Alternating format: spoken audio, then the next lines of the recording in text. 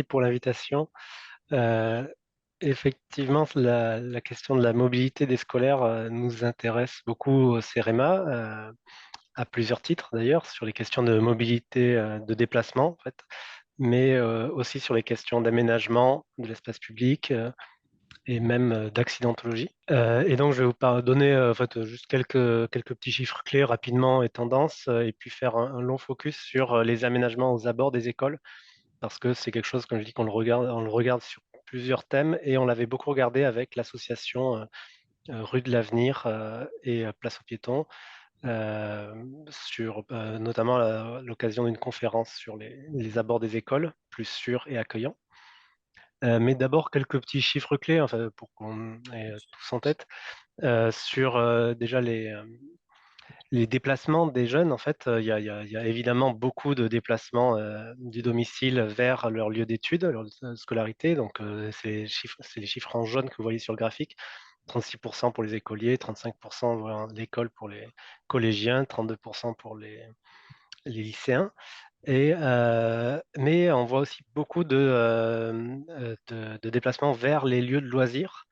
Et en fait, on s'aperçoit en fait avec ce graphique que le retour à domicile est plus important parce que finalement, il y a beaucoup d'allers-retours entre le domicile et les lieux de loisirs. Donc, on va à l'école, on retourne au domicile avant de retourner au lieu de loisir et de revenir au domicile. Donc voilà, cette question de déplacement de loisirs est assez importante et d'ailleurs, ça se traduit en termes d'accidentologie. Finalement, il y a beaucoup d'accidents des enfants qui sont en lien avec l'activité de loisirs, un peu plus d'ailleurs que sur les trajets domicile-école. Et les trajets domicile-école, en termes d'accidentologie, les problèmes sont plutôt sur les itinéraires que vraiment sur les abords d'école directs. Ça, c'est un petit chiffre. Et si je continue sur la mobilité des scolaires, le, en fait, les deux modes de déplacement principaux, c'est la marche et être les passagers en tant que passager d'un véhicule personnel. Du coup, on a en fait 48% pour les enfants qui sont en fait les passagers d'un véhicule on a presque autant de piétons pour les enfants, mais le vélo est très très peu représenté. Comme vous voyez, voilà, c'est en bleu foncé. Et en fait, la marche est très importante pour les collégiens, comme on voit sur le graphique. Et ce qui est intéressant de voir là, c'est que en fait, la marche et le vélo décroissent au fur et à mesure qu'on grandit, mais la part de transport en commun augmente beaucoup. Et ça se vérifie sur le graphique suivant, à la fois en termes d'âge. C'est un peu compliqué, mais justement, les internautes pourront faire pause pour pouvoir regarder le graphique euh, un peu mieux. Ça se vérifie en termes d'âge et ça se vérifie aussi en termes d'histoire. C'est-à-dire, on a la marche qui en fait décroît depuis 20 ans, mais même depuis 30 ans. En fait, l'ONAPS l'avait repéré aussi beaucoup. La marge décroît pour les jeunes, décroît de plus en plus pour les lycéens d'ailleurs. Par contre, c'est compensé par une très forte augmentation de la part modale pour des transports en commun, notamment pour les lycéens et les étudiants.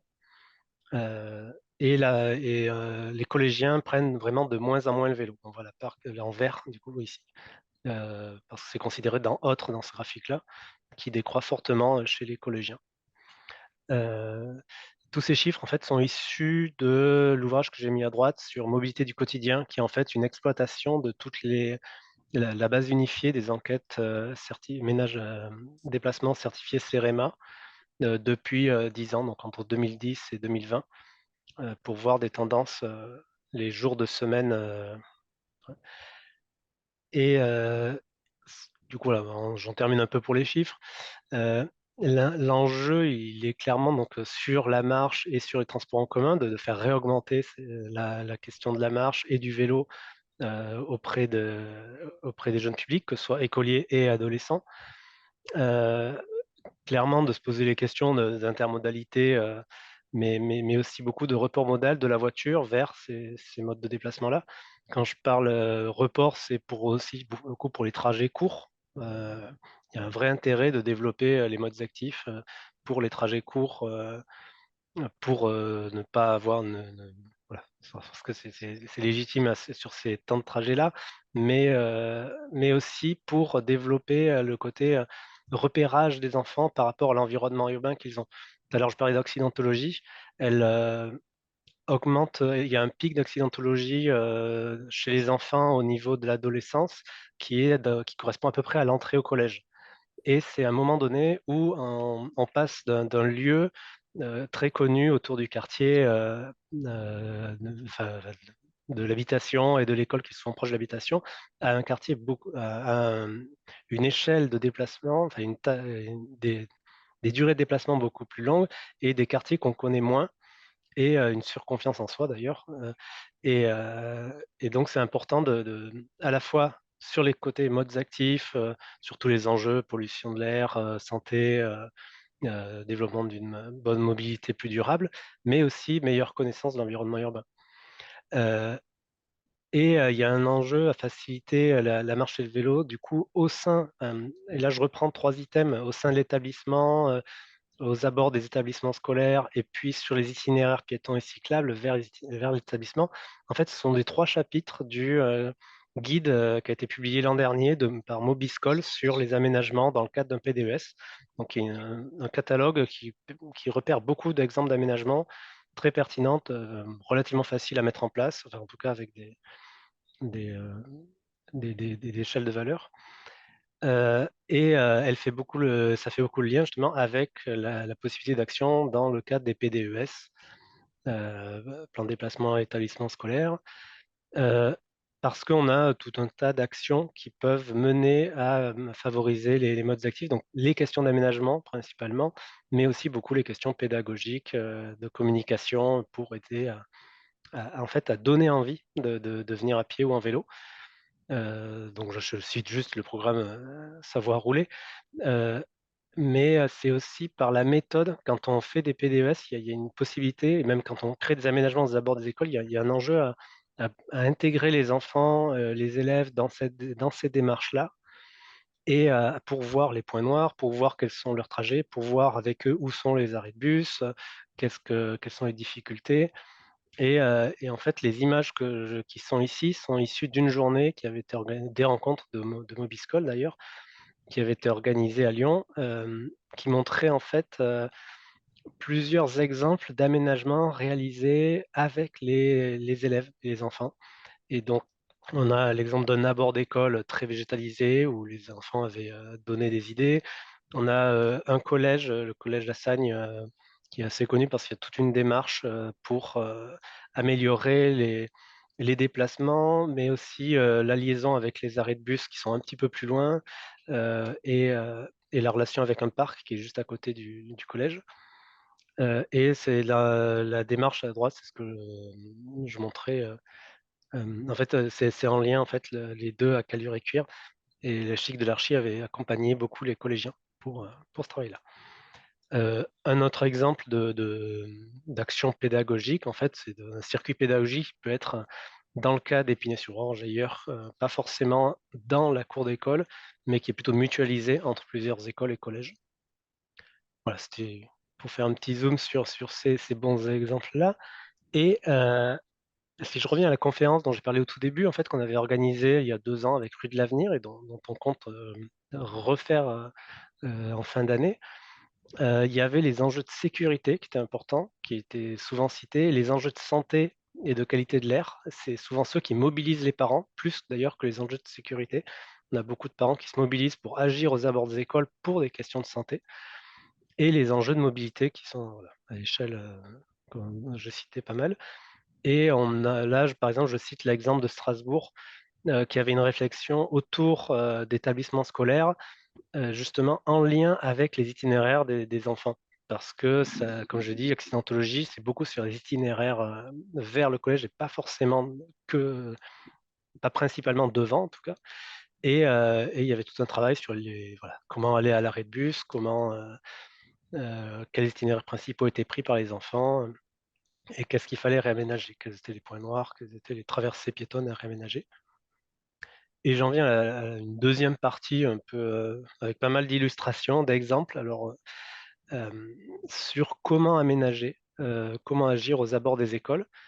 Heu, En changeant le statut de la voirie, en changeant l'aménagement, c'est mon angle d'attaque principal ici. Voilà, de différents types de zones sont possibles, zone 30, zone de rencontre, aire piétonne ou aire piétonne temporaire, et il faut aménager en fonction de cette réglementation. C'est-à-dire, il ne suffit pas de poser un panneau, il faut aussi, que l'aménagement soit cohérent avec le statut de la voirie. Heu, sur les zones 30, mais ça pourrait être sur toutes les autres zones, il y a un fort enjeu à travailler sur les traversées piétonnes. Donc là, c'est un exemple à Fécamp, qui, sur, un collège en fait, et il me semble qu'il y a une école d'un côté, un collège de l'autre, a travaillé là sur plusieurs étapes pour ensuite aller vers un aménagement plus pérenne. Et c'est une rue qui est dans laquelle le trafic ne pouvait pas du tout être coupé, et donc il y avait un enjeu à plutôt, réaménager d'ailleurs à moindre coût pour, donner plus de sécurité à tout le monde sans avoir juste le simple effet de barrière. Et donc j'en profite juste pour dire sur les passages piétons, heu, il y a une obligation pour les collectivités de neutraliser le stationnement en amont des passages piétons, donc particulièrement à l'endroit où il y a beaucoup de flux piétons. Il y a un intérêt à ce qui voilà, ça devient obligatoire de ne plus avoir de, stationnement, motorisé. Il peut y avoir par contre du stationnement vélo, et en termes de sécurité, il y a un enjeu à positionner les arrêts de bus en aval de ces passages piétons pour éviter bien sûr que les élèves ensuite traversent devant le bus. Et un petit détail sur cet aménagement-là, c'est qu'en fait, ils s'étaient aperçus que lorsque les bus s'arrêtaient plutôt au niveau de l'école, eh bien, il y avait du dépassement de d'autres véhicules motorisés, et donc ça créait des situations accidentogènes. Et l'idée de pincer la circulation à cet endroit-là, c'est de créer en fait une impossibilité de dépasser le bus lorsqu'il est à l'arrêt. Et donc ça crée des tensions avec les automobilistes nécessairement, mais au moins ça supprime le côté accidentogène, et ça leur permet, avec cet aménagement transitoire, de voir les problématiques et de voir, les problèmes que ça pose réellement pour pouvoir ensuite agir de manière pérenne. Heu, voilà. Sur les zones de rencontre, l'idée c'est que tous les, usagers peuvent, circuler sur la chaussée, piétons compris. Je ne vais pas m'étendre, là c'est une rue qui mène vers l'école, mais elle est pas forcément devant l'école parce que, il y a, encore la situr ça laisse la possibilité de circuler en voiture, et les moments de fort afflux piétons, comme tout est à niveau, ça permet aux piétons de marcher sur la chaussée sans difficulté. Et les voitures ont un peu l'impression d'être sur une aire piétonne puisque, voilà, tout est à niveau, on voit beaucoup de piétons, et au moment où il y a pas le piéton, bah, du coup, les voitures peuvent circuler sans difficulté supplémentaire. Sur les aires piétonnes, on voit beaucoup d'exemples en métropole, mais aussi beaucoup dans les petites villes, et c'est pour ça que je zoome plutôt sur des petites villes, de rues qui sont fermées à la circulation, de manière, d'abord transitoire. Là, c'est l'exemple à Corpeau, c'est, 1 000 habitants à peu près en Côte d'Or, et il y a, le la rue avait été fermée à la circulation, puis après, réaménagée complètement en lien avec la mise en accessibilité de l'école. Et parallèlement à ça, en fait, il y avait 2 parkings qui ont été, positionnés en amont et en aval de cette aire piétonne, ce qui permet en fait de résoudre tous les problèmes de stationnement en aval de cet espace-là pour éviter de créer des zones de conflit. Voilà, aménagement plutôt qualitatif sur lequel on a quelques vidéos. Et un autre exemple, c'est plutôt d'une aire piétonne temporaire, où il y a une barrière qui est fermée par un agent municipal aux heures d'entrée et sortie des enfants. Vous remarquez qu'il y a encore du stationnement à cet endroit-là, ce qui peut occasionner des difficultés avec les riverains, et l'enjeu est surtout de discuter avec les riverains pour qu'ils aient pas besoin d'utiliser leur voiture pile à ce moment-là, ou pas besoin de pénétrer dans la zone pile à ce moment-là. Et il y a une question de stationnement qui est importante à regarder, parce qu'il ne faut pas que les problèmes de stationnement qu'on trouve devant l'école soient reportés en amont ou en aval de cette barrière. Heu je continue, sur cet enjeu de stationnement, hein. Hem, à plus grande échelle, on a un exemple intéressant qui nous avait été présenté par Chateaubriand sur une plateforme bus un peu en dehors de la ville, qui permettait en fait à tous les transports scolaires de se retrouver à cette plateforme-là. Puis les enfants changent de bus, ce qui leur permet changent de car, puis ce qui leur permet, d'avoir qu'un seul car qui déposent des enfants devant l'école ou devant le collège. Au lieu d'avoir 4 cars qui s'arrêtent, ben, on n'en a plus qu'un seul, ce qui permet de redimensionner complètement, enfin de retrouver beaucoup plus de place devant chaque école. Et sans que ça augmente énormément le temps de trajet des enfants, en fait. Ils sont arrivés à trouver une belle performance sur cet exemple. Et je termine juste par des petites choses un peu plus ludiques. On a des villes qui travaillent plutôt sur les itinéraires pour donner envie de venir à pied, en vélo. Alors, j'ai pas parlé des aménagements cyclables, mais c'est évident. Des aménagements cyclables sécurisés, et un maillage sécurisé autour qui relie les écoles aux autres établissements de la ville. Il y a des travaux aussi sur du design actif ou comment redonner envie de faire des parcours à pied dans la ville, y compris pour les enfants. Et dans le cadre de Lille, c'était d'ailleurs en lien avec une école et un gymnase, il me semble. Voilà, tous ces exemples-là, on aimerait les montrer, les valoriser à différentes collectivités. D'ailleurs, on discute avec le club des villes et territoires cyclables pour, valoriser tous ces exemples-là à travers des communautés sur la marche. Et on travaille aussi avec les associations Rue de l'Avenir qui travaillent beaucoup sur les abords des écoles, sur l'animation aux abords des écoles, et on fait régulièrement des conférences sur ces sujets. Voilà, allez, je termine juste c'est sur l'exemple de Lavardac, où l'idée avait été de retourner l'école, c'est-à-dire au lieu de rentrer par l'école, les enfants rentrent par la cour. Et ils ont utilisé un terrain vague à côté pour le transformer en parvis d'école et d'utiliser une partie en stationnement pour les véhicules motorisés. Et comme on ne peut pas accéder directement à l'école, ben, il y a tous les parents qui attendent sur cet ancien terrain vague qui est devenu une sorte de parc, de cours d'école, qui change complètement la façon de rentrer dans l'école pour les enfants. Voilà, voilà, j'ai Merci, merci monsieur Bossuch.